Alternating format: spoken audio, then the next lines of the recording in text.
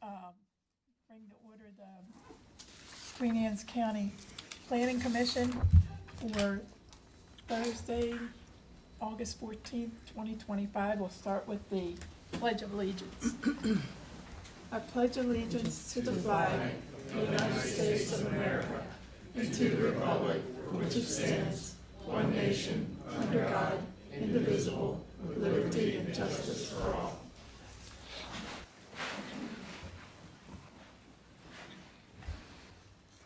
Public comments. If you have any public comments to do with the project, we hold those until we hear till the project's been presented. Any other public comments? You have anything? Okay. Updates. Legislative and legal matters.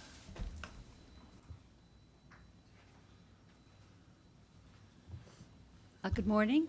Amy Mordock, Planning Director. I have a few legislative updates and some general updates. First of all, you did not receive yesterday, although our distribution listed and we reposted our agenda. Our agenda was revised yesterday to remove one of our projects from the agenda, which is the Paquin Design Build. On Tuesday evening, our county commissioners put forward a resolution for a residential and mixed-use moratorium. That resolution passed unanimously, and in brief, I will outline what that means for us and for other county departments.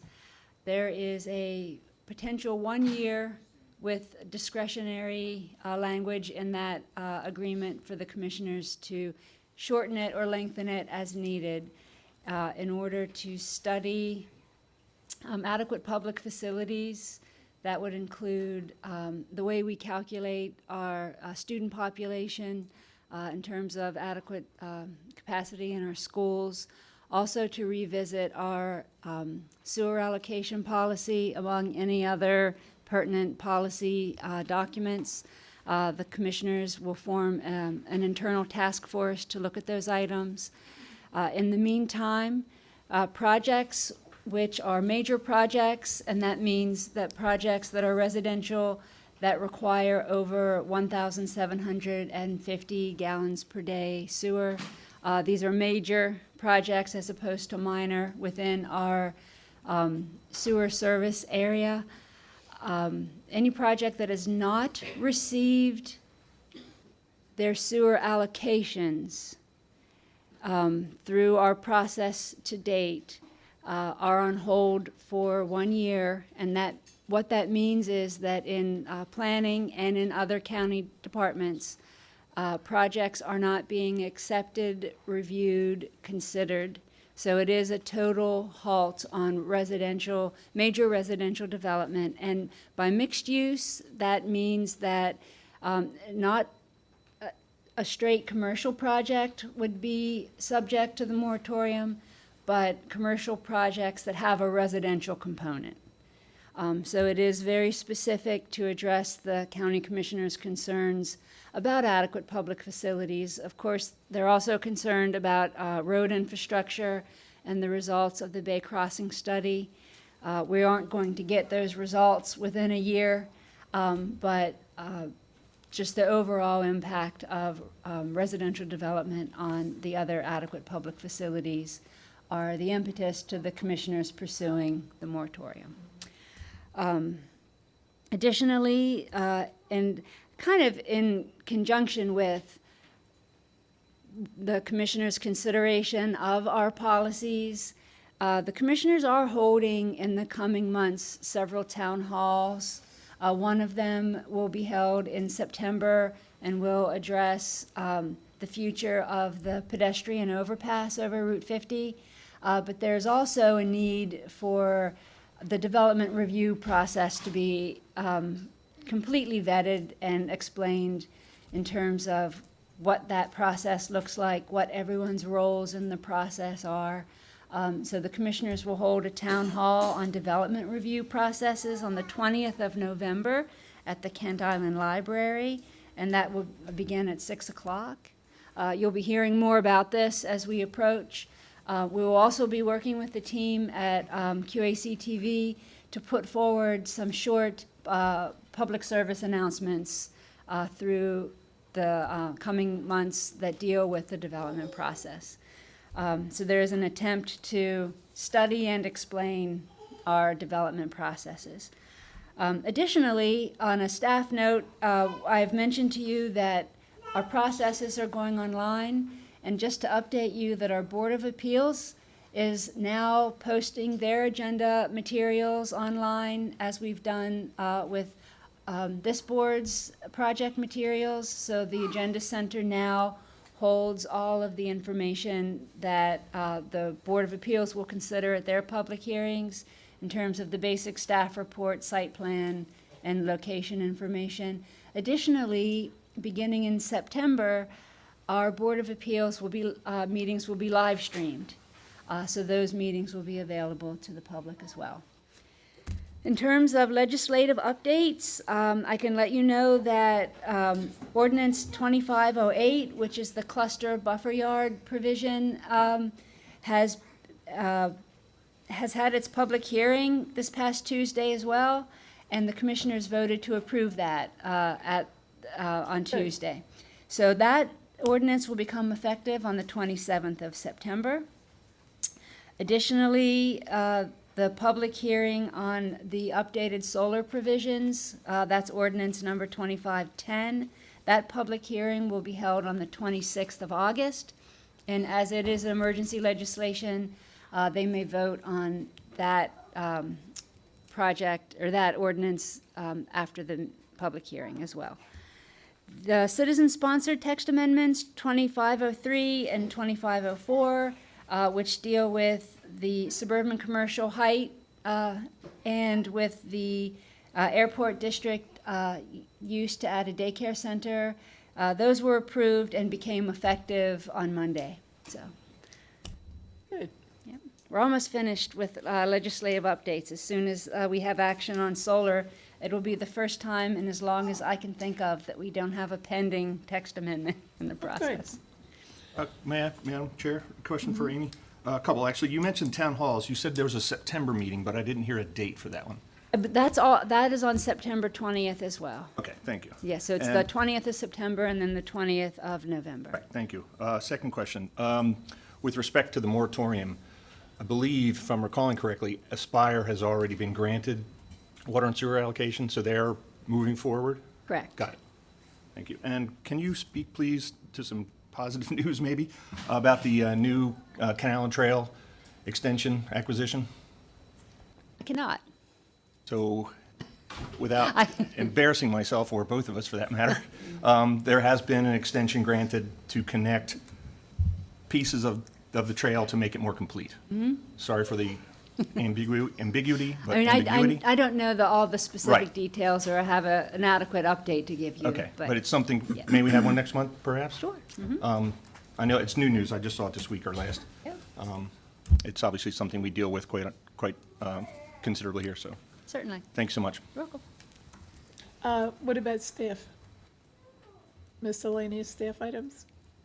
I began with the miscellaneous Oh, staff okay. items. All right. Minor site plan. Old Point Village. And it is Steve Johnson. And Rush now, or you want to wait until after? come on up. Come on up, it's Todd. Come with me. And Steve will give his report first. Let you guys get settled in. Okay, good morning. I'm Steve Johnson. I'm Senior Planner with Planning and Zoning. As the chair said, we are here to discuss project SP 25-04-0149 for Old Point LLC, who is proposing to administratively combine 3 deeded parcels to construct a 1,507 square foot Dunkin' Donuts, and is requesting an amended parking reduction of 19 spaces and minor site plan approval. This project was last seen before this commission in December of last year, where it received a 16-space parking reduction and concept plan approval. The project's located on Kent Island on the corner of Route 50 and Cox Neck Road. More specifically, tax map 57, parcel 231 totals 1.042 acres and is located at 100 Old Point Village in Chester. As part of this development proposal, the applicant will combine 3 existing deeded parcels and dedicate an 895 square foot portion of the property along Cox Neck Road to the county. This administrative subdivision would have to be recorded prior to site plan signatures. Property zone town center, and it is located in the Chester-Stevensville growth area. Here's a look at the site plan. As you can see is on your screen, access is taken at the intersection of Cox Neck Road and Postal Road, shown circled in yellow.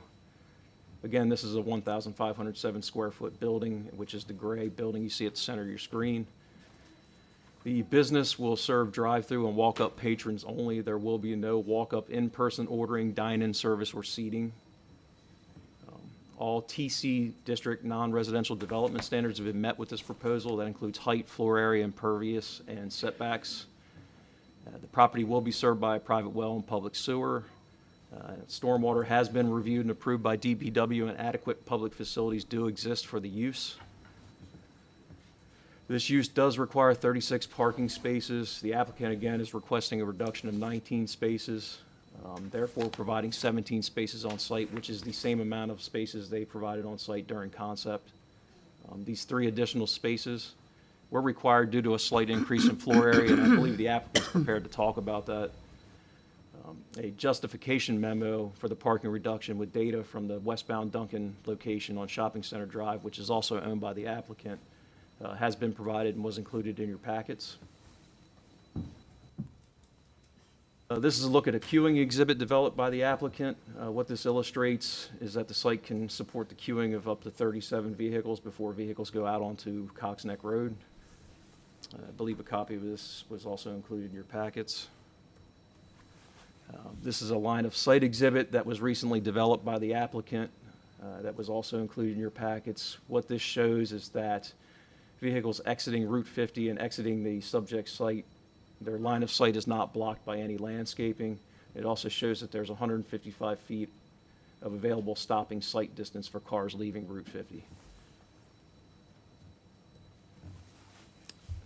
The project meets all landscape requirements, including on-site parking lot, street buffer landscaping. There are no environmental features on this site. The 0.15 acres of required afforestation will be met through a combination of 0.10 acres of on-site planting and fee in lieu for the remaining 0.05 acres. Here's a look at the renderings. I do want to note that the color scheme of the building has changed since concept plan approval. At concept, this was more of a cream tan color with brown accent. This updated color scheme does meet TCUC requirements. I do have pictures of the previous color scheme if you want to take a look at those at some point. This is the northeast view of the building. Here's the north view, pretty much what you would see from Route 50. And this is the southwest view, which is kind of behind the building on the church side of the property. I do want to note that the overall architecture is essentially the same thing as what you saw at concept. In conclusion, while no agency has offered objection to the project, both DPW and State Highway have met in the past prior to the submittal of this project regarding the safety of the intersection where this is going to be placed, which may lead itself to discussion of traffic and safety. There are representatives from DPW and State Highway here if you have any questions. And with that, I'll try to answer any questions you may have or turn it over to the applicant. Madam Chair, Yes, at one point, was there discussion about walk-up or kiosk available? You mentioned, Steve, that there was no walk-up traffic. Is that a change, or has that always been that way? I believe that's always been the same. Perhaps the applicant can address Okay. that. I think we discussed that as stack meeting. Yeah, I remember it, but I couldn't remember which. Thank you. Is it walk up for pre-order only? Yes. Okay.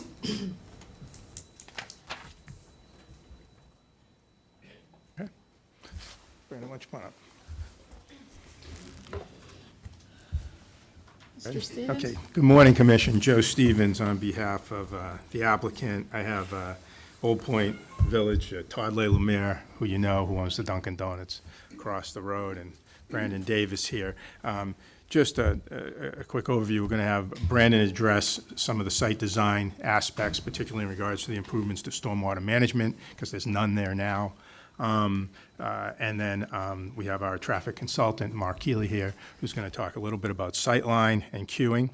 And then Todd's going to address any questions that you have in regards to the function of the facility. As you know, he's been running the Dunkin' Donuts across the highway quite well for the past 8 or 9 years. This is a minor site plan. It's before you because it's on Route 50, and your policy, as you see, minor site plans on Route 50, but it's a 1,500 square foot retail store in the county's most intense zoning district, which is the town center. And it meets all of the town center zoning requirements and all of the county's design guideline requirements and APF. So what I'd like to have is have Brandon briefly go through, and he's also going to go through the reduction in parking, because you approved one reduction, and we're asking for a few more spaces to be reduced. And I think you'll see from what Brandon says, and any questions for Todd, that, you know, we don't want to overpark the site, and that it makes no sense from a stormwater management impervious coverage standpoint, and that it's really not going to be necessary, any additional parking. So Brandon, why don't you go ahead and start? Starting out with the existing site conditions, this proposed. Well, let's introduce yourself. Oh, I'm sorry. My name is Brandon Davis. I'm with Davis Moore Sharon and Associates, representing the project for the civil engineering aspects. Jumping into my aspects and scope of work for the presentation, just discussing the existing conditions. We're replacing 2 existing 2-story office buildings that have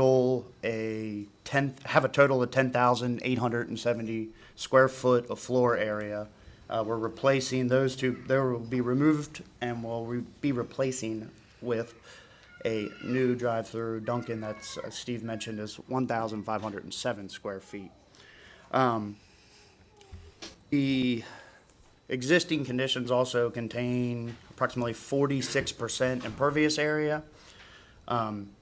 As we look at the permitted numbers, you're allowed 40% of floor area for this zoning district, which is almost 18,000 square foot. Neither use come close to that, and an allowable impervious area of 80%. So in comparing that to our proposed conditions, again, we're at 1,507 square feet of floor area, and that's drive-through and online order pickup only. The reduction in floor area alone is 9,363 is what we're reducing from the current floor area. Our proposed impervious area is at 55%. Again, the permitted is up at 80%, but there is a slight increase in impervious area. That's my segue into the stormwater management that we're proposing for the property. The existing 20,000 plus square feet of impervious area has no current stormwater management. Some of it drains directly into the exit lane and down the curb and gutter of Postal Road, Cox Neck Road to the south. We're proposing a micro bioretention, which is the highlighted area in the corner near the Route 50 exit in the front, and then we're proposing a rain garden in the rear of the property. These 2 devices, in addition to conveyance grass swales, meet water quality requirements for the Maryland Department of the Environment's redevelopment criteria for the project. The proposed use requires 754 gallons per day of sewer allocation. The existing site's office buildings already have 1,000 gallons per day, so we're reducing that by 246. Steve already touched on the forest conservation that we are proposing in the back of the property. We'll be planting 0.1 acres via afforestation on a site that is currently fairly well wide open with no existing forest. The proposed parking, which was touched on a little bit, we're still providing 17 proposed parking spaces, which was the same amount in our concept submittal. However, the requirement differs now. And I wanted to touch on that. The requirement for drive-through is one parking space for every 50 square foot of floor area. The floor area increased from 1,415 to 1,507. So that's the reasoning for the 3 additional required parking spaces. However, that is a gross floor area number. Through the architectural detailed design, I think, for example, a 5-inch wide veneer was added around the majority of the perimeter of the building, but that adds to gross square footage. So that alone, that would be 80 square foot on a perimeter of building that's, walking around, it's 192 feet perimeter times 5 inches, that's 80 square foot of floor area just because of aesthetics brick around the perimeter, but we're required to use gross floor area. So that addition of that floor area added no additional demand and no additional interior usable space. So, but as a formality, we're requesting that additional parking reduction just based on the calculations. The parking reduction that was submitted to you, that was the patronage, that data that was used was from 2 summer weeks of patronage at the store location across of Route 50. And I think Todd can elaborate further, but that's one of the busier Dunkin' Donut locations in the region.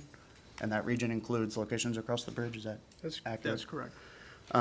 So we utilize drive-through timing and interior pickup window turnaround times, and the proposed location, the proposed queuing, and applying that ultra-conservative patronage to this smaller location, which has less anticipated business than the one across the road, given its size and location, can handle that patronage across the road. And that's what our parking reduction data is based off of.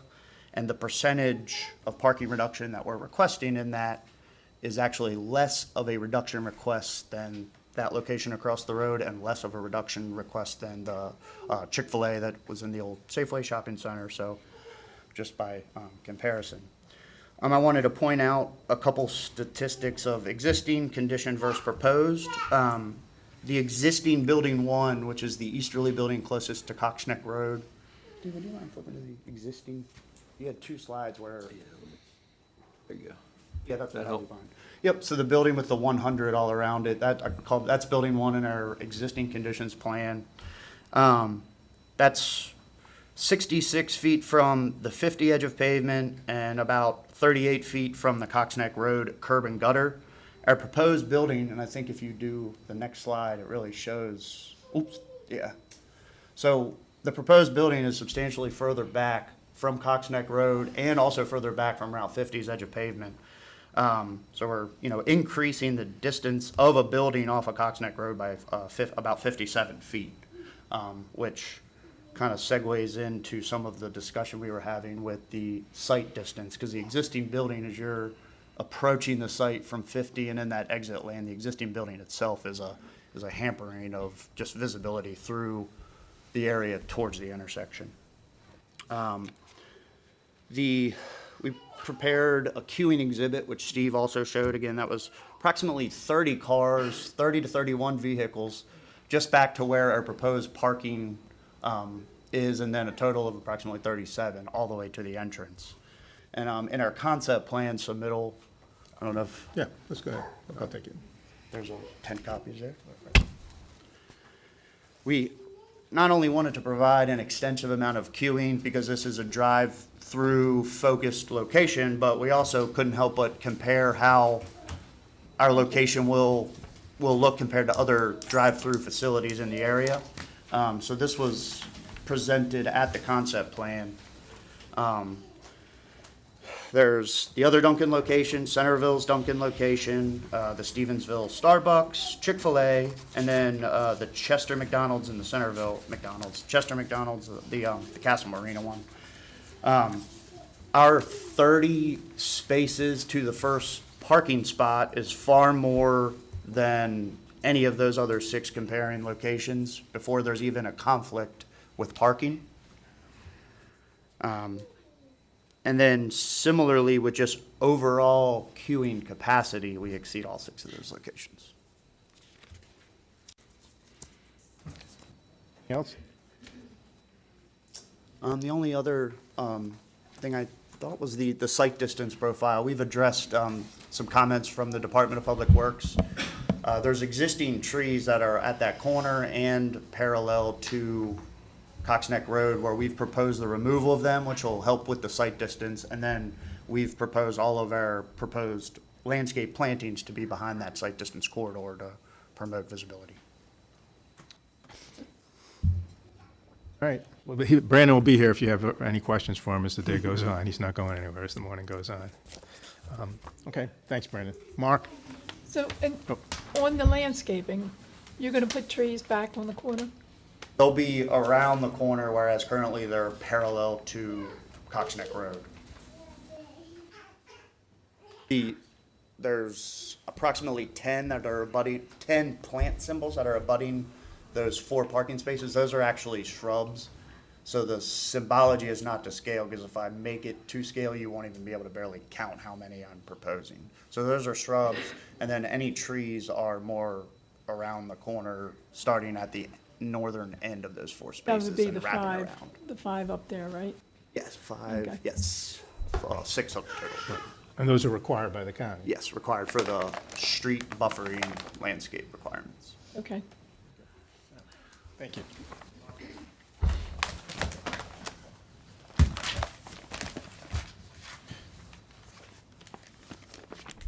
Mark Keeley, he's with Traffic Concepts. He's our traffic consultant who did the APF, and also he did 2 things. Mark looked at the site from an APF trip generation standpoint to meet those For requirements. the audience, because Yes. we have quite a large audience today, can you explain what APF stands for? Yes, I certainly can. Adequate public facilities, it's a study that the county requires to be done on most all projects, unless they're really it's very small and don't generate any potential impacts, and you're required to study traffic.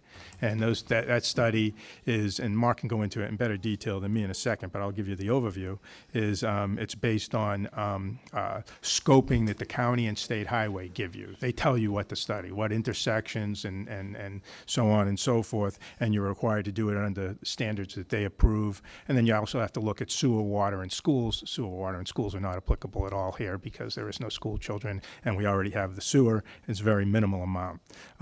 So with that, I'll let Mark give you a little more detail on how he approached the study for APF. But the second thing he did was he looked at functionality, site distance, to make sure that this is a safe in and out, and that this would function well at this location, working closely with Todd based on his other locations. Todd has 8 or so Dunkin' Donuts throughout, mid-Maryland region. Go ahead, Mark.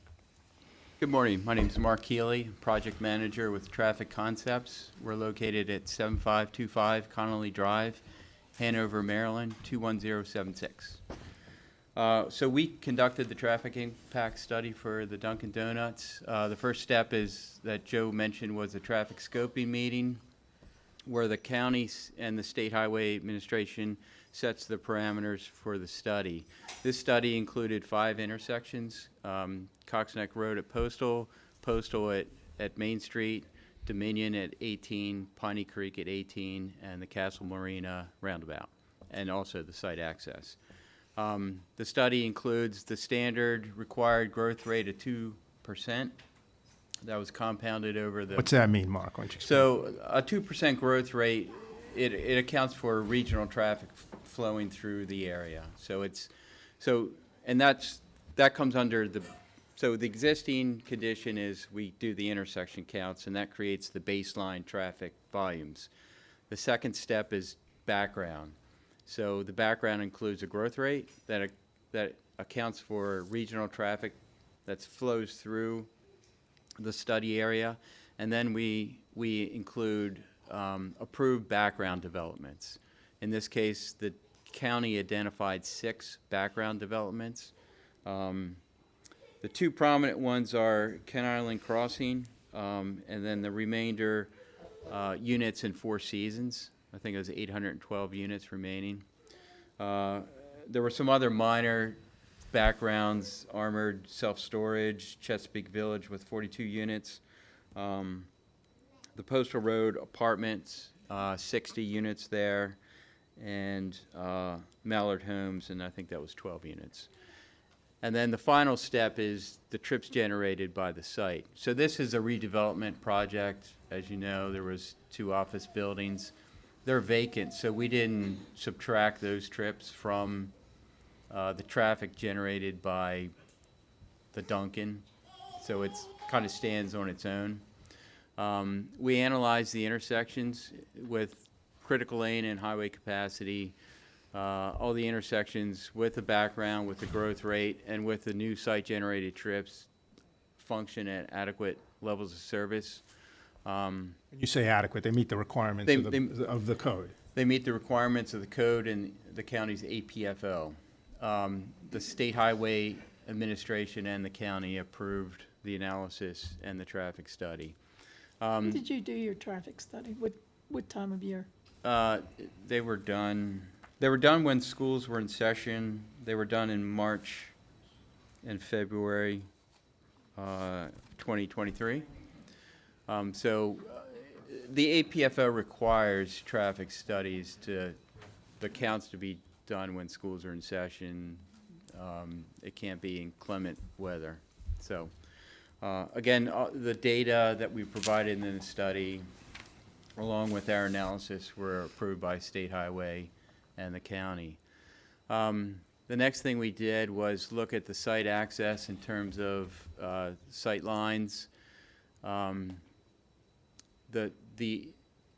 We looked at stopping site distance, and the measure of stopping site distance is 155 feet, and that adequate 155 feet is in the AASHTO manual. It's the American Association of State Highway Transportation Officials.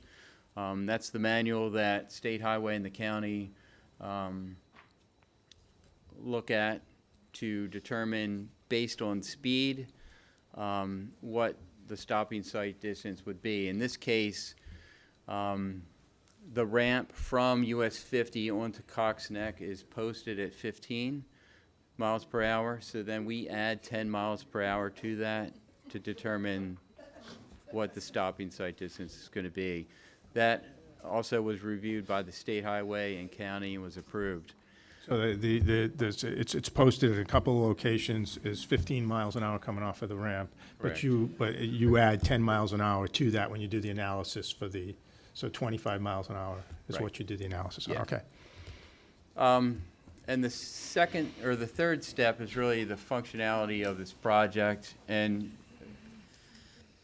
to determine the function, we looked at queuing, on-site queuing, to make sure the traffic doesn't back up onto public roadways. And this site, as Brandon mentioned, can store 31 trips before it even blocks on-site parking, which is very unusual. We've done studies in Anne Arundel County on busy roads, and we far exceed any of the Dunkin' Donuts that we looked at in Anne Arundel County in terms of storage.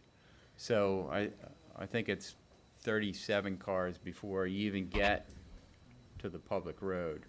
And it was testified by Brandon that exceeds the Dunkin' Donuts on the other side of US 50, and the storage here exceeds any Dunkin' Donuts that we've done in the state.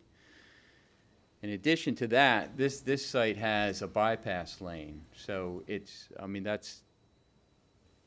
the bypass lane also helps with traffic flows on site.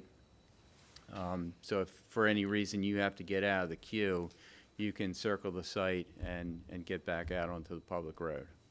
So based on all that, what's your assessment as to the site in terms of whether it creates traffic hazard or will built out or creates any material safety issues? Yeah, so based on the previous use, again, this is a redevelopment project, so, and again, we didn't subtract trips that were allocated to the office park. It's, again, the traffic study stands on its own with trips generated by the Duncan, and it's not a substantial increase over what was previously there. Obviously, the trips in the morning. Obviously, the trips in the morning generated by Duncan are higher than what was generated by the office. But again, the capacity at the nearby intersections can handle that additional morning traffic. And I also want to state with the site access, the site access is also improved.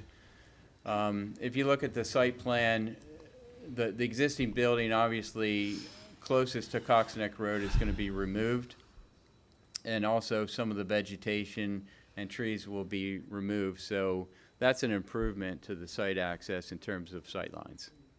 Mark, you said it didn't increase the traffic in the morning, or didn't increase what's already there. But what's already there is an office building that was hardly, excuse me, please be courteous. With the number of parking spots that they had in those office buildings, even at their peak, did they have 35 cars go in and out? No, there is going to be an increase in the morning as resulting from the Duncan. So ITE manual says there's 89 peak hour trips. The Duncan. For the Duncan, and the office generated, I think, 26 trips in and out. So, so there is an increase in the morning, as you would expect for a Duncan, but in the PM peak hour, it's about the same as the office, because the peak time for the Duncan is AM. Out of curiosity, Todd, 37 cars on the property. How long does it take you to get your cup of coffee? We would never have 37 cars on the property. But that's what the drawing and Yes. and the rendition is. Yeah, but we would probably have somewhere 8 or 10, maybe 12. And we do one car a minute, basically 2 minutes, 120 seconds. That's pretty good. From when to when? Explain what that is. From the time that you order to the time that you drive off with your food.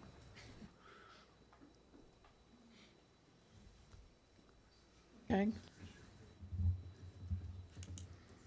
So, A really good store will do 120 cars an hour,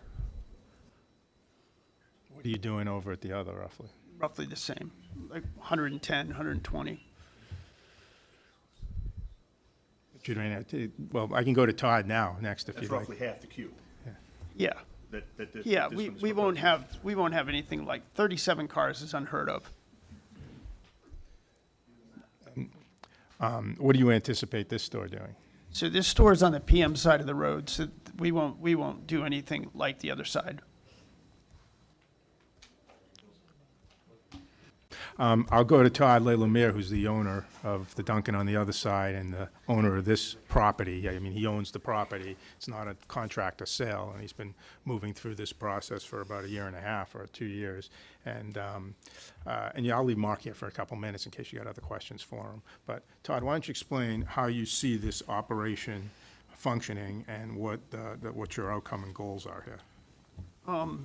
It's basically an infill restaurant. It's not, it's limited because we don't, people will come in, but they'll be picking up either what's pre-ordered or delivery.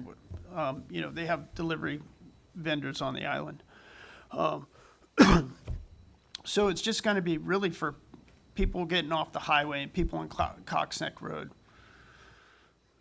and drive-through only. So it'd be relatively fast. We have a cash window where you pay and then you pull up. If they don't, a lot of our business is on the phone. People pre-order on the phone. They use an app. And, so oftentimes we have their order ready for them before they get there. And there's no seating. There's no seating.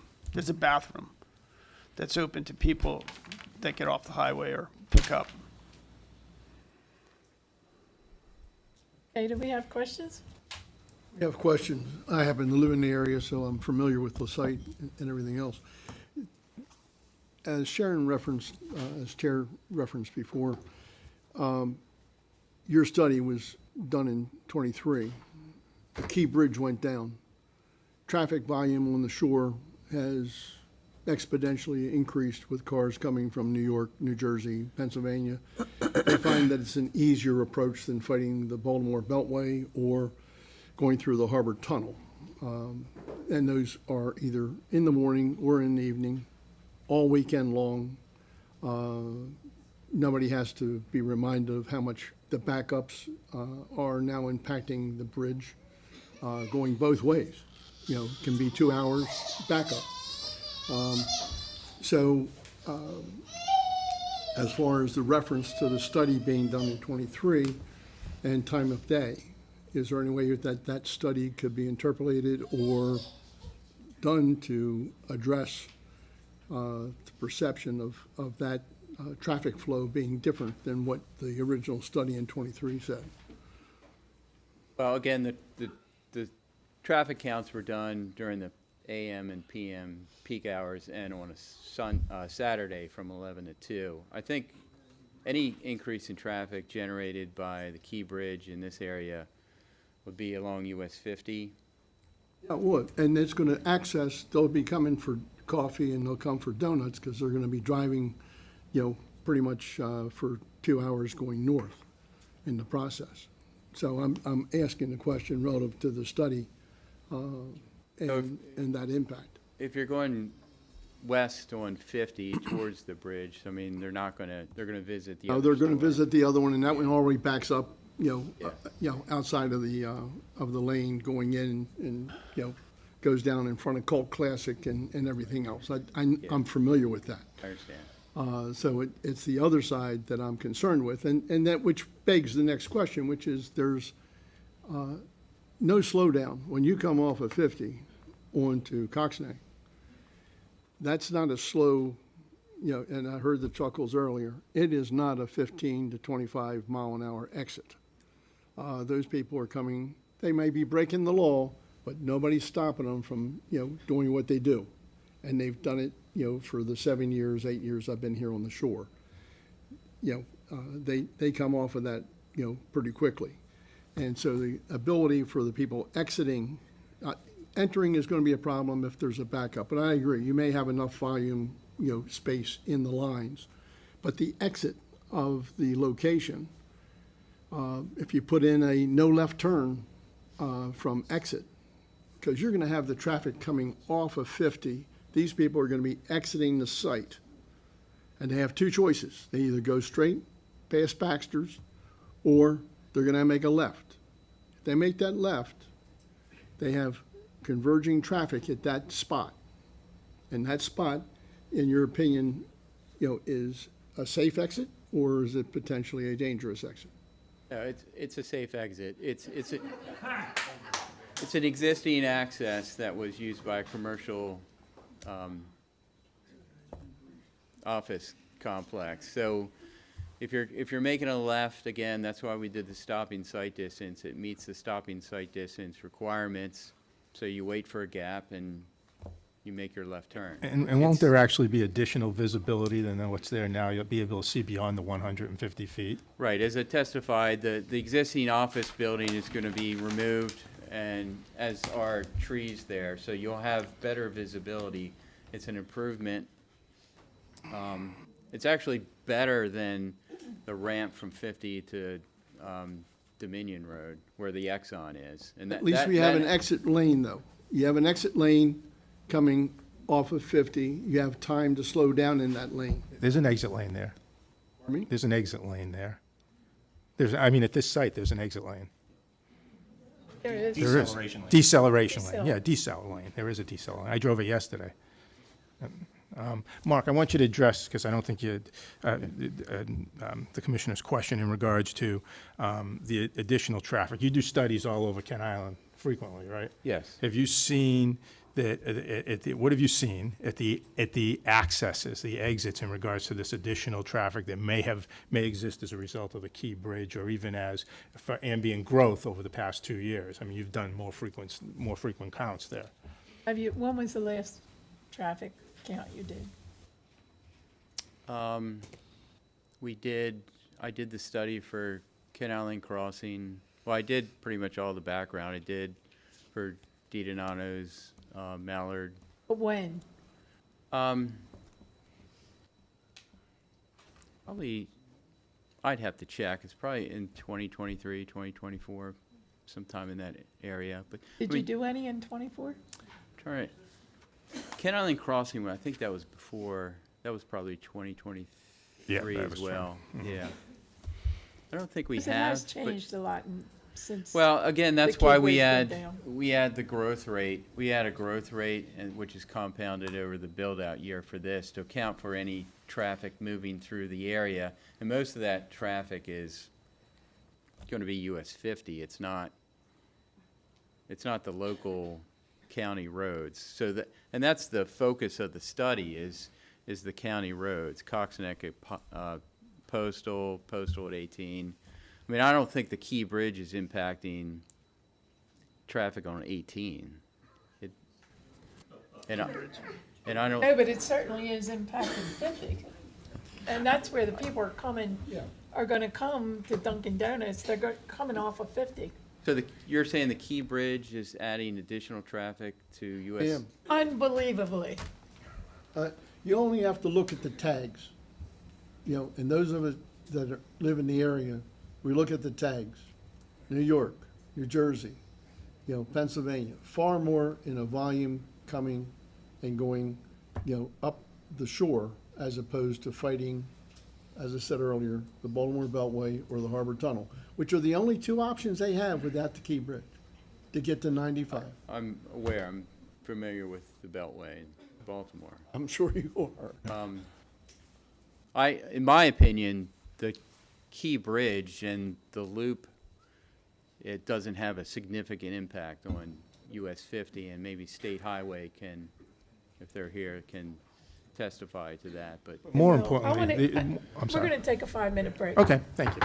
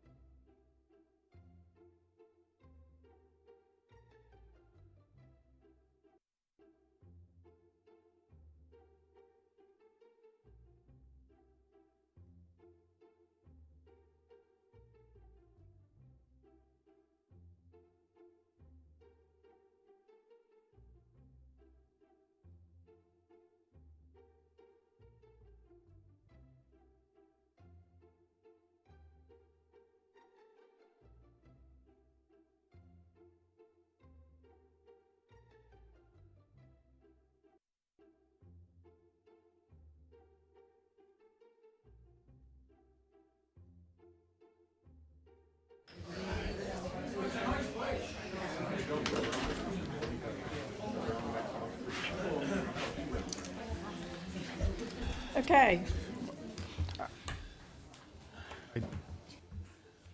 A couple more things for Mark, if I could. Okay, sure. All right, thank you.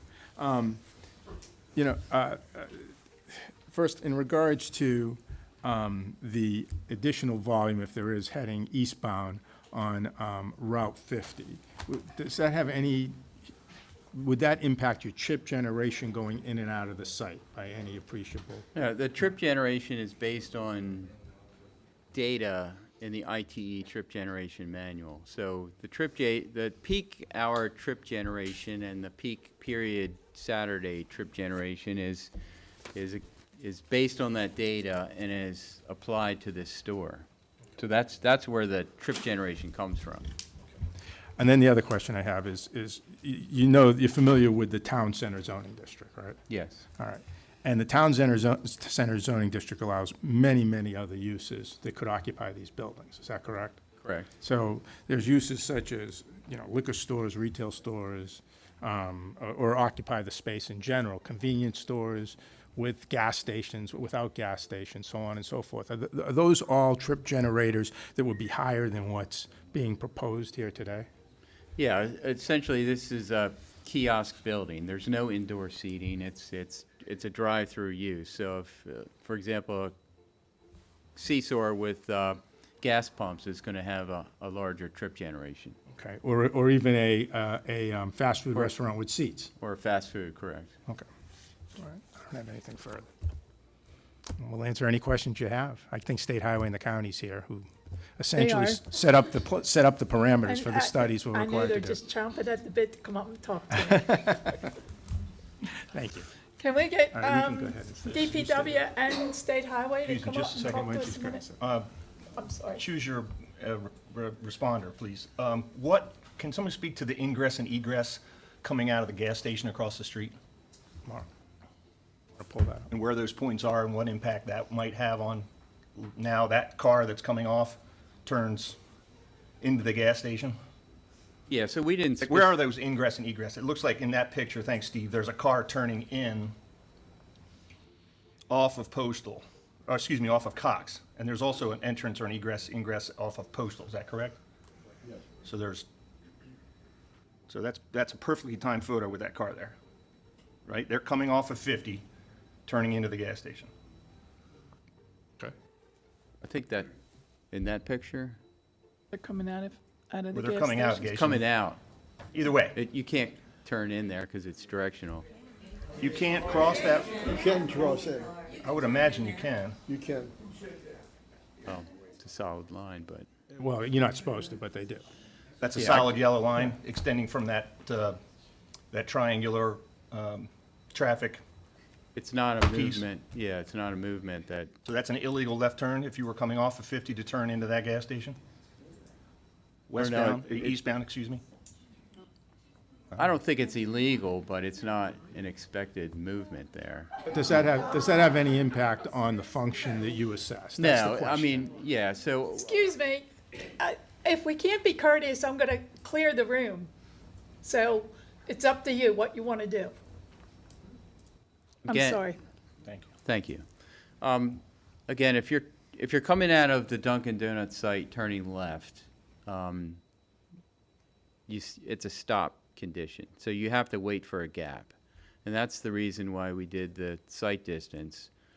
So that gap includes traffic approaching from 50 and any other traffic turning off of Postal or out of any commercial site access. You're going to wait for a gap and then you're going to proceed. And the intersection is going to operate, the site access to intersection is going to operate as it did before, and as this is not an unusual access condition in this area.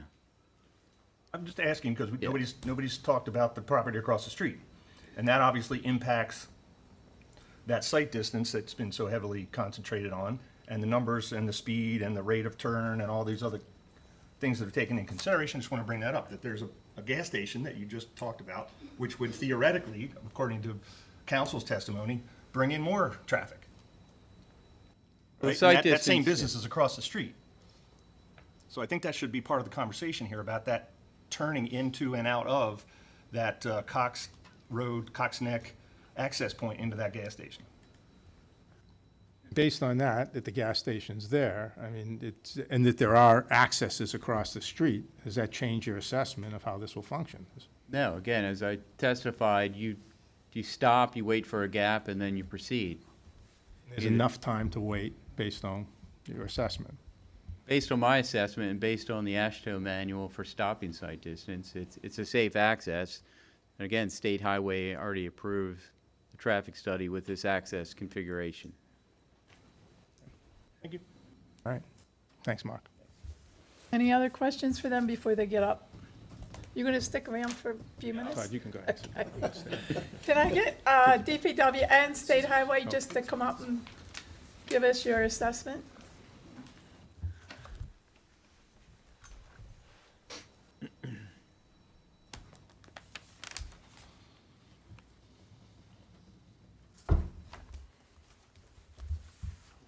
Yeah, I'll sit down. Nope, you're more important. Good morning. Morning. Morning. I'll go ahead and start. My name's Trey Porter with Queen Anne's County Department of Public Works. We have evaluated this site several times, and we actually met with State Highway on site several years ago on the Postal Road and Cox Neck intersection to try to see just what we could do to make it function better than what it is now. In this particular site, when it came in for concept, one of our big concerns initially was queuing on site that would cause stacking out on Cox Neck Road and into the exit onto 5301. So when you hear discussion, and this is for the benefit of the public, when you hear discussion about how quickly they can move people, customers through the site, a lot of that discussion is based on us not wanting stacking that goes out into the exit, which causes an unsafe condition on the Route 5301 exit, just to put that in context. So that was one of the issues that we discussed early on in the concept. Secondarily, we also looked into the stopping site distance, which the exhibit, can you pull that exhibit up? That's the stopping site distance. That's a very showing the safety of the cars coming off the exit and coming around the corner and making sure that once the car at the top of that exhibit sees the car at the bottom of the exhibit, they have adequate space to stop. We have to use the information that's provided in terms of the 15-mile-an-hour posted recommended speed around the corner. The design speed for that is, as it was discussed earlier, is 10 miles an hour more than the posted, so it goes to 25 miles an hour. When you plug that information into the AASHTO tables, which is it's the tables we use to determine whether it's safe, it does meet the requirements. It is 55 is the requirement, and the site distance demonstrated is 55. What we would do is we would require signage at the egress of this site that would say that exiting traffic is through traffic and does not stop. That's something that you see in lots of places throughout the county. Trying to think, I think the Royal Farms is one example of that. But that's something that we would make a condition of approval, is to have appropriate signage that would warn people that are exiting. Let's see, so there was discussion about AM side and PM side, and I heard someone behind me that was questioning that. When they were talking about the two Dunkin' Donuts, this is on the PM side, and that's to say that the bulk of the traffic on 5301, the commuter traffic that's going westbound in the morning and eastbound in the afternoon, that's basically describing this Dunkin' Donuts as having slightly less traffic than the other Dunkin' Donuts. That's kind of the distinction that was being made, and I hope that that's clear. But this particular site is not expected to have the same peak traffic generation as the other one, because it is on the PM side and coffee is primarily AM peak. So that's one thing that I noticed. So I'm available to answer any questions, whether it's from you and later with the public. But one thing, I want State Highway to comment on this too, but one thing, this is a challenging intersection. It's an intersection that's close to the exit. State Highway has an interest in making sure that there is no stacking and blocking of the exit that's going to create an unsafe condition on 5301, so they have an interest in that, and they can discuss that. And then we also have an interest in making sure that this intersection is as safe as possible.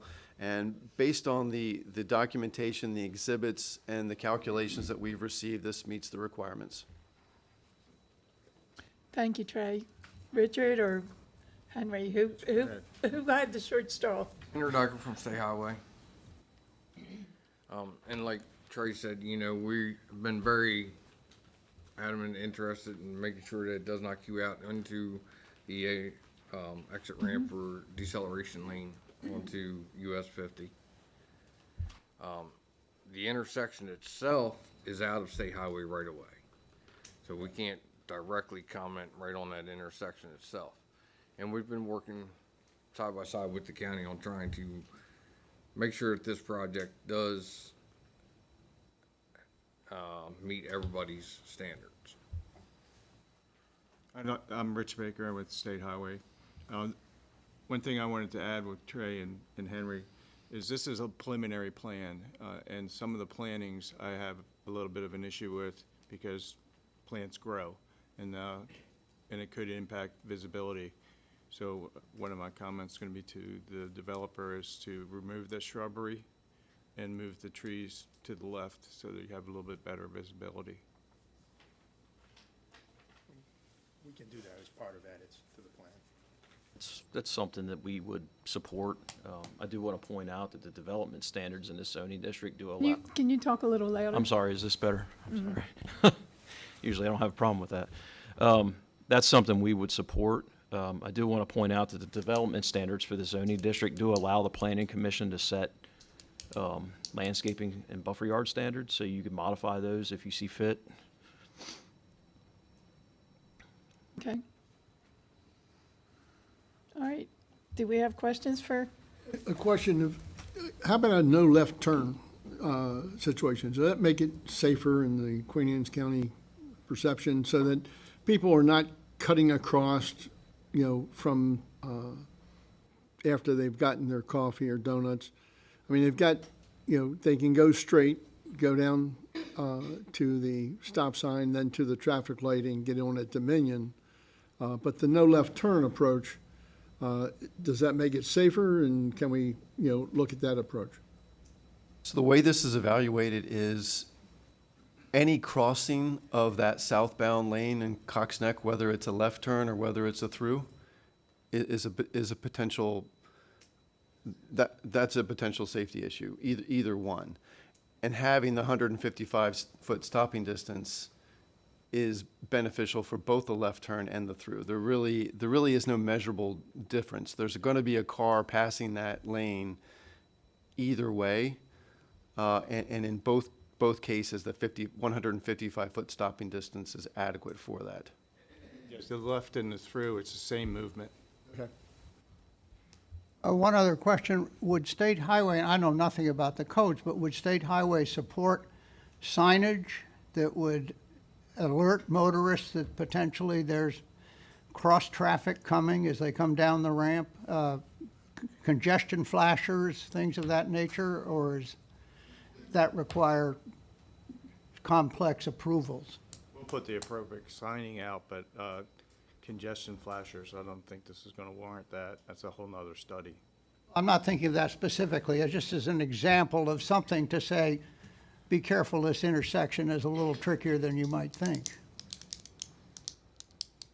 I think like Trey or somebody else mentioned earlier, kind of like the rural farms, where, there's signage there that says, oncoming traffic from US 50 has the right of way, does not stop. Yeah. So, Sorry, what Royal Farms are we referencing here? The one that's in place. There's 3 of them, 4 of them. Which one are we talking about? The Grays one where Holly's used to be. Yes. And that has a service road, obviously, so that's a slightly different. We dropped it, and I want to be clear, our Yes. discussion, which one we're talking about. Yeah, you're right. There's a service road and an acceleration lane, and no other competing businesses on the opposite corner. What do you mean by competing business? What are you talking about? This one has a gas station across the street. There's a And park Baker's across. across the street? Yeah, the Roller Farms that's being referenced has a park across the street and a small residential unit behind it, right? It's not apples to apples per se. Right. This is very different than the intersection of Dominion. Yes. Well, you have a stop coming off at Dominion, right? Is there a stop coming? No. No? We had similar discussions as this, and council likely recalls, about when the proposal to put a McDonald's and a Starbucks at Thompson Creek, right? And the traffic circle, and that's gonna cause backups. People don't know how to use circles, and it's gonna back up traffic onto 50, da-da-da-da-da. People still are learning how to use traffic circles. I think we're getting better at that, but it's analogous to this discussion. It's a busy intersection with multiple points of intersection and ingress, egress. It was very busy before the McDonald's even went in there. Yes. And it functioned. Understood, but it was a topic of Doesn't great seem to be discussion a- and debate a at that deterrent. time. Hasn't seemed to. Right. Much more traffic going through that, and there was much more traffic going through that before the circle was built. Okay. Any other questions for DPW or State Highway? Thank you. Okay, Appreciate you coming out. Sure. thank you very much. And I hope you stick around in case we have We will. some questions we didn't come up with. All right, next we're going to go with public comment. And I ask everyone to be courteous when you come up. Please do not repeat what little Johnny Jones said. Amy Smith cannot repeat the same thing over and over and over again. If you have something different to add, that's what we want to hear. We understand what you're saying. We have all the letters that we received from many of our people in the area. And we are taking everything under advisement. So first on the line is Eric Lavasher. Did I murder that, or did I? Lavasser. Good morning, my name's Eric Lavasser. I'm the community president for the Harborview community located on Kent Island. Our community is this development. We border this development. We're not in favor of the development.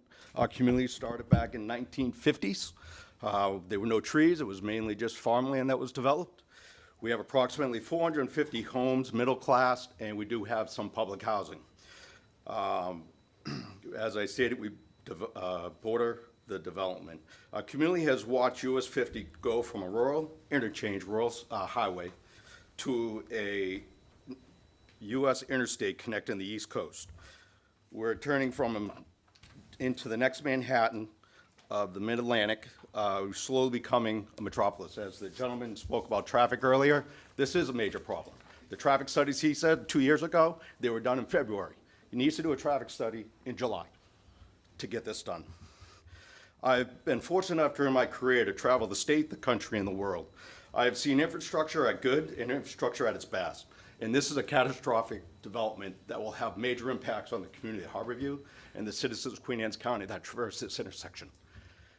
That intersection up there is at above grade. You actually come down a slope off of Route 50 to get into that intersection. And looking at it here, the people coming out of Dunkin' Donuts are going head-on into the people on Postal Road. They have to make a turn in the intersection to continue on Postal Road. This is the livelihood of the middle class on Kent Island and Harborview. During my 25 years here, I've not heard one person say that's a great intersection. As the gentleman from the county stated earlier, I was at that meeting a few years ago, and we stood in that intersection. And not somebody from the Queen Anne's County or State Highway said it was a good intersection. They said it was a bad intersection. I asked for a traffic light to come off the highway so that people can continue on driving. State Highway said no. I asked the county for better stop signs. The county right there said no. So the county does not want to improve this intersection, but they want to go forth and have a development that puts everybody at risk. Who's going to take care of the lost wages of the motorists that get in car accidents? Are you or is Dunkin' Donuts? Who's going to take care of the EMS that can't get down Route 5, Cox Neck Road? Because that's the only way down there. Who's going to take care of the wages or the kids that have to go to daycare so the parents go to work because they can't get through that intersection because there's a traffic accident? I love Dunkin' Donuts. I go all the time. I have Dunkin' Donuts cups. I go to the one on Route 50, and I can tell you this, you build it there, I'm not gonna go to it, I'm gonna go on the westbound side, because it's easier and safer. How is a 60-foot tractor trailer gonna make a delivery coming off the highway? They're still gonna be on the highway. That 155 feet, they're on a curve, those people coming off the highway looking at the gas station. We've already had a death of a person that was hit at the gas station. We've had multiple cars go into the gas station, traffic accidents. This is a bad, bad development, Okay, and I urge you time's to deny it. Thank you.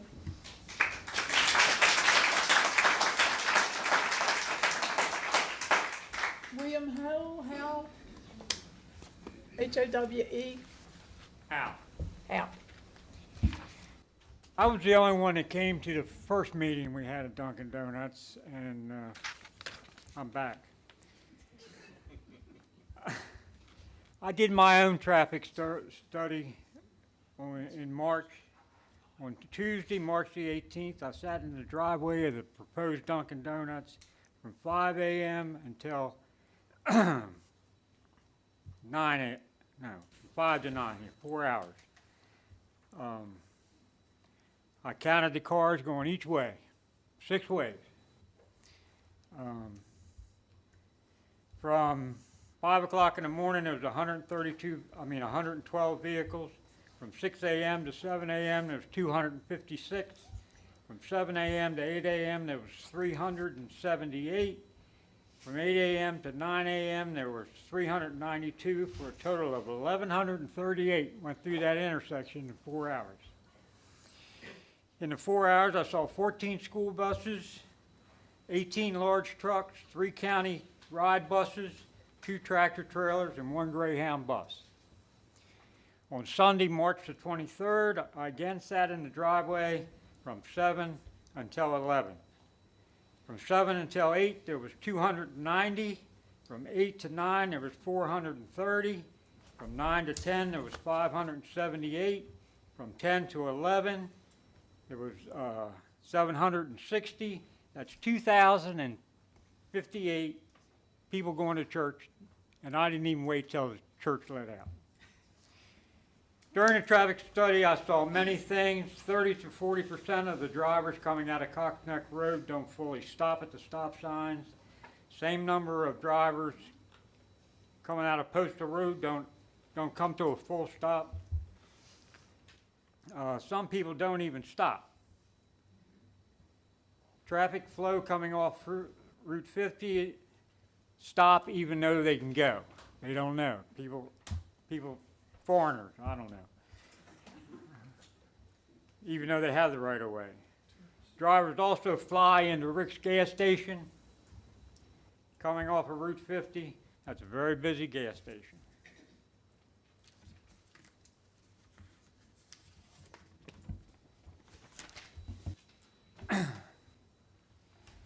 All said and done, all this said, drivers coming out of Dunkin' Donuts are not going to be able to make a left-hand turn.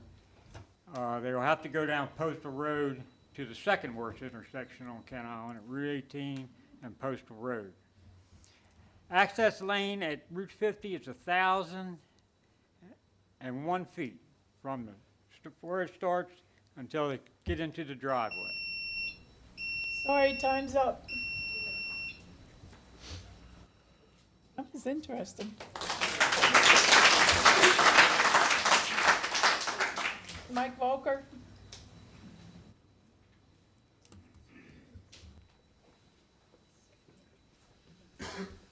I was going to say with a lot of... Introduce yourself and where you live. My name's Mike Volker. I live down Cox Neck Road, almost down to the end. I've lived there over 50 years. The traffic on that intersection has gotten worse every year. I don't want to repeat what everybody else has said. One thing I want to point out, everybody knows what time the coffee guys come and what time the other guys don't come and what time they come around the corner. I get up that corner every day in the morning between 6 and 6:30 to get my lottery ticket at Baker's Liquors, which is right across the street.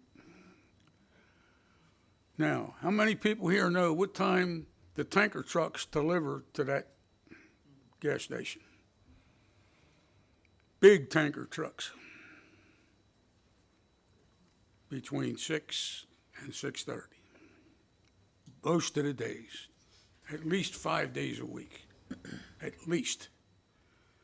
And those big babies, one body runs into them, you got trouble. Big trouble.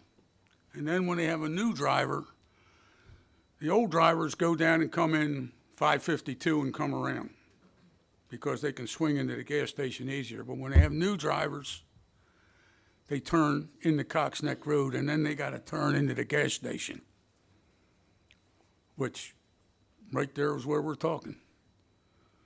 And like I say, I have seen, since I lived there 50-some years, 2 cars go right into the gas station.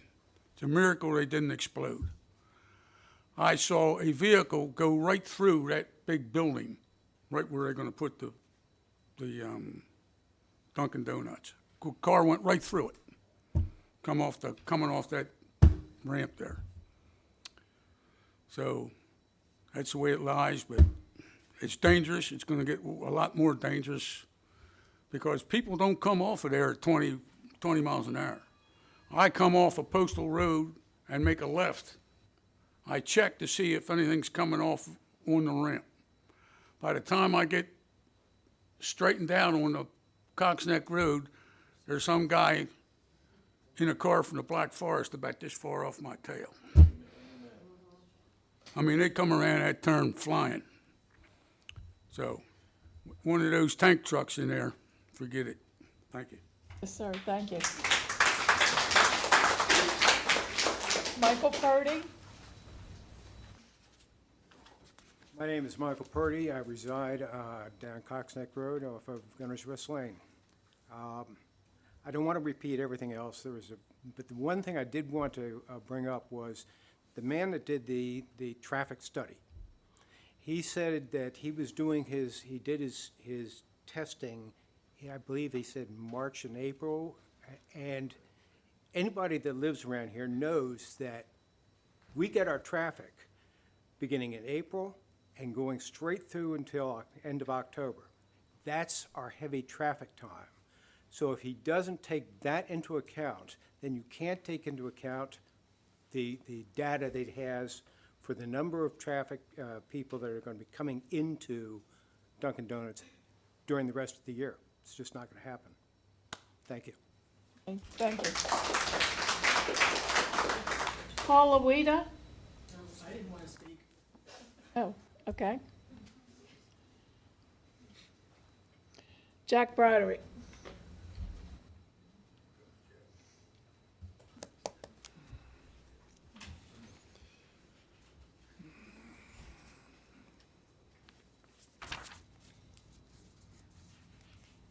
I appreciate the opportunity to talk. I'm Jack Broderick. I'm here as a citizen of Harborview, almost 50 years.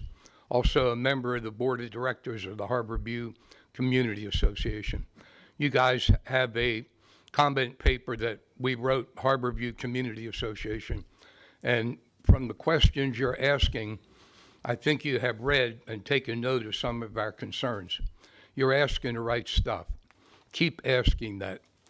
I don't want to repeat everything Eric said, but I will just say I totally affirm the comments. I was concerned also, Tom, with those crashes into the gas station that we have all seen and the interaction in and out of the gas station. I challenge some of the so-called traffic analysis and the comments that you guys were given.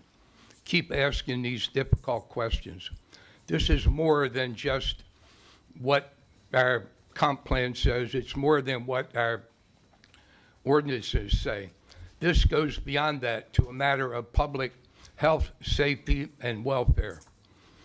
you guys, I was so proud a couple years ago when you all were awarded a state award for your leadership and your hard work and tenacity in developing the new county comp plan and getting community input in that plan. I was part of that input. I know what you all went through. Congratulations on that. I want to ask you if you will use that same tenacity, same leadership, and same hard work to ask these questions. You know, Dunkin' makes a great donut. They're a great business, but this is a terrible location. People will get hurt, and I hate to say we may have some worse accidents than that. Up at 405, the state had a couple terrible incidents. They were able to take action and change that traffic pattern as a result. Stuff starts happening here at Route 50 and Cox Neck Road. You can't change that. It's already there. Take a hard look at that and consider too, when you do, the new Bay Bridge coming in and all the traffic that is going to increase. The state will announce it this fall what that's going to be and what it's going to look like.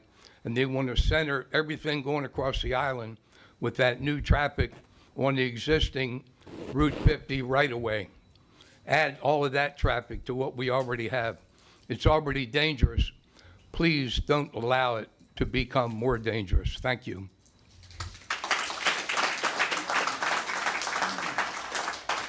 Albert Baines.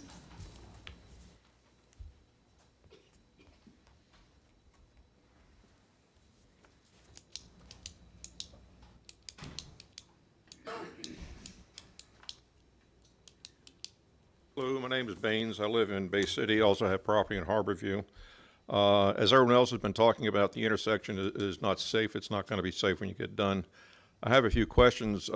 Possibly you might want to consider a new traffic study, especially since there's some new condos being built. Also, I have a question, how you can be loading supplies into this building. I don't see a tractor trailer going into that building. You can't make the corners. So a tractor trailer makes a delivery. He's going to park on Cox Neck Road? Or is it going to be reduced to a single axle truck delivery? These are things you need to look into, and everybody's been saying safety is the issue. Please consider safety, and I got to look for that 15-mile-an-hour speed sign. I haven't seen that for a while. Thank you. Laird Adams.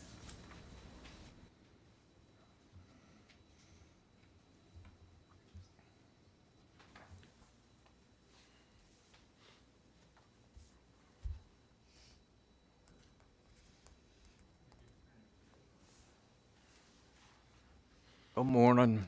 Good morning. I used to be a millwright at Bethlehem Steel, so Okay, I wait a know minute. about safety. Introduce yourself first. It's about safety. Introduce yourself. My name is Laird Adams, And where do you live? 105 Y Acres Road in Queenstown. Okay, thank you. Sorry about that. Anyhow, when it comes to safety, it's black or white. There's no gray area. And I'm going to give you a little scenario that could happen at this development. Picture a parent getting up in the morning to go to work, and they have a toddler. They take that toddler, they put it in the car. Where they put it? The back seat, usually on the right side. And mom or dad are heading to work with the baby in the car. Last second, they decide to pull into Dunkin' Donuts to get a coffee. They misjudge. There's not enough room to put that car all the way on the parking lot. So you have part of it out on the road.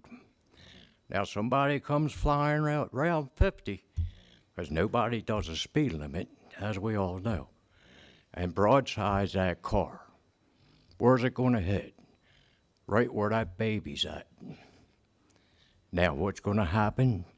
Is that baby's going to be critically injured or killed. Now the parents are going to feel bad. The driver that hit the car is going to feel bad. And I hate to say this, but it's going to be on your conscience too, knowing that you can stop it right here and now. That's all I have to say. Thank you. Virginia Chambers? Morning, my name is Jenny Chambers, and I live on Kent Island on the other side of the road. I just wanted to say a couple of things in that I think I'd like to elaborate on the gentleman who did his own traffic study, because he was mentioning that you were likely to end up going down Postal Road instead of turning left because any exit's going to be challenging, but that might be the quickest to get across the traffic. You have a good sight line, but that's not going to stop the fact that the traffic is nonstop and you have to get across it. As you go down Postal Road, you're impacting the businesses and the apartments there, but also that intersection of Postal Road and Route 18, it backs up now. It's very badly backed up, particularly on weekends. It's also backed up next to it, trying to go across the bridge over to the traffic circle at by the McDonald's there. So the distance from the merge to that traffic light at Dominion Road, as he pointed out, is very short. That's going to start pushing people to stay on Postal Road. We have seen, and if you look at that section of Main Street that you're going to be forced to stay on, it's a whole bunch of essential businesses. The grocery store, the department, the hardware store, the produce market, health facilities, banks, gas stations, all of those that are essential to the local community. It's going to start blocking that up. Queen Anne's County has gone to considerable expense and effort on summer month weekends to try to clear those roads for the safety of the locals. And despite these efforts, westbound Main Street to the east of Castle Marina Road is usually seriously backed up. Eastbound Main Street has been pretty good. And I think it would be in everyone's best interest to keep it that way, but this is going to force people to go that way and cause the problem of blocking up the side roads in both directions.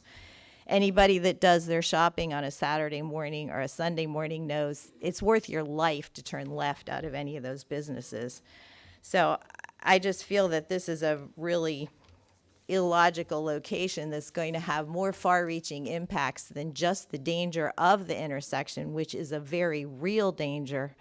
And the other comment I'd like to make is a lot of the things that are addressed in these studies and these things that have been done are not apples to apples. The West Side Dunkin' Donuts and the East Side Dunkin' Donuts are two different things. The West Side one is largely contained in a parking lot. Sorry, It's not but a your main time's road. up. Yep, thank you. Becky Brooks? Good morning. My name is Becky Brobes. I live in Harbor View on Cecil Drive, so the community right next to this. I'm here to represent my family of 6. I've lived there for 20 years. My husband's lived there for 40 years because he grew up in that neighborhood.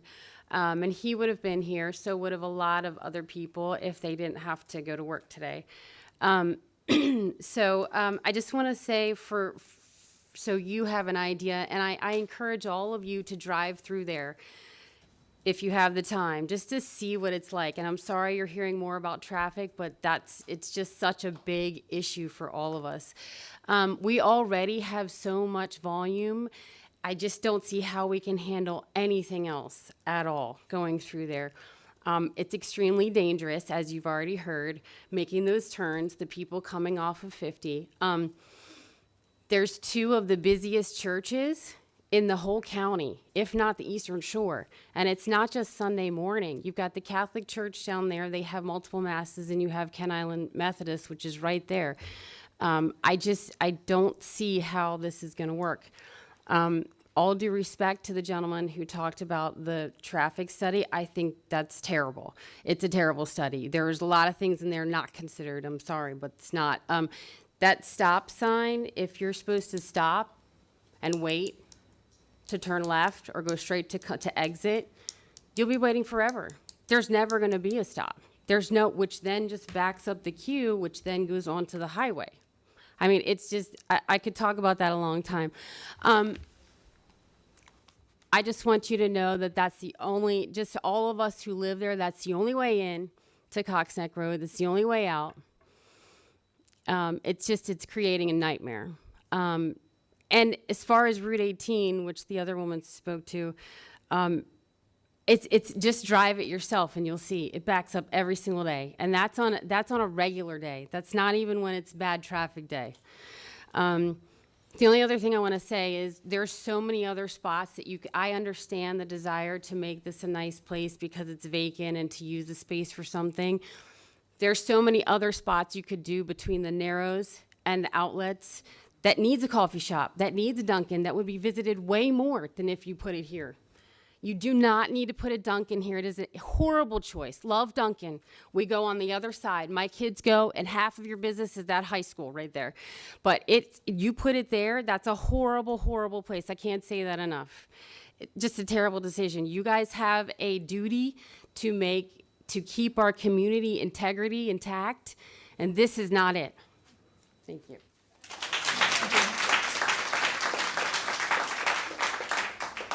Linda Tuber Camps.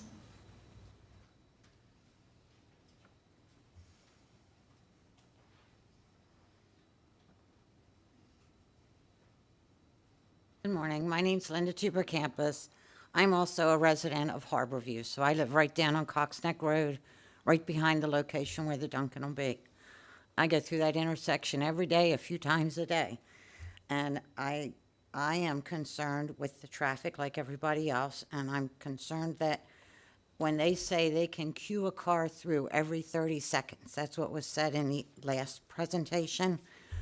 Have they looked at what it's going to do to that intersection, having a car come out of that stop sign every 30 seconds?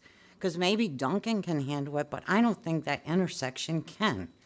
And then you're going to have the people that get smart, and they want their Dunkin', so they order it on the phone, and they just pull over on the side of 50, jump over the guardrail to go in the walk-in, get their coffee, and hop back on. Then you're going to have all kinds of traffic accidents there with that ramp and people trying to pull back onto 50. I mean, it's already a mess there. If you live down in Harborview and you decide you want to go to Walgreens on a Sunday morning, you need to time your timing with the church. Because if you come back and you try to make that left onto Postal, or from Postal onto Cox Neck, you will sit there forever with all the traffic coming off of 50 East to go to one of the churches. So that would be a good time to do a traffic study, because that's how you're going to have the traffic coming off of 50 to go to Dunkin'. And those people, a lot of them won't be familiar with the intersection. They won't know it's a nasty intersection. They're going to the beach. They want to stop and get their coffee. They just got across the Bay Bridge. So I really think that would be helpful for doing a traffic study, is to look what that's like. It simulates exactly what you're going to have. The other thing, if we really feel that we need another Dunkin', why not the Rite Aid building? It's sitting there empty. They already have the traffic to handle it. They have the red light there and everything. I think if we do need another Dunkin', let's do it there. Thank you. Thank you. Jessica Enya? I may not be pronouncing that correctly. Jessica?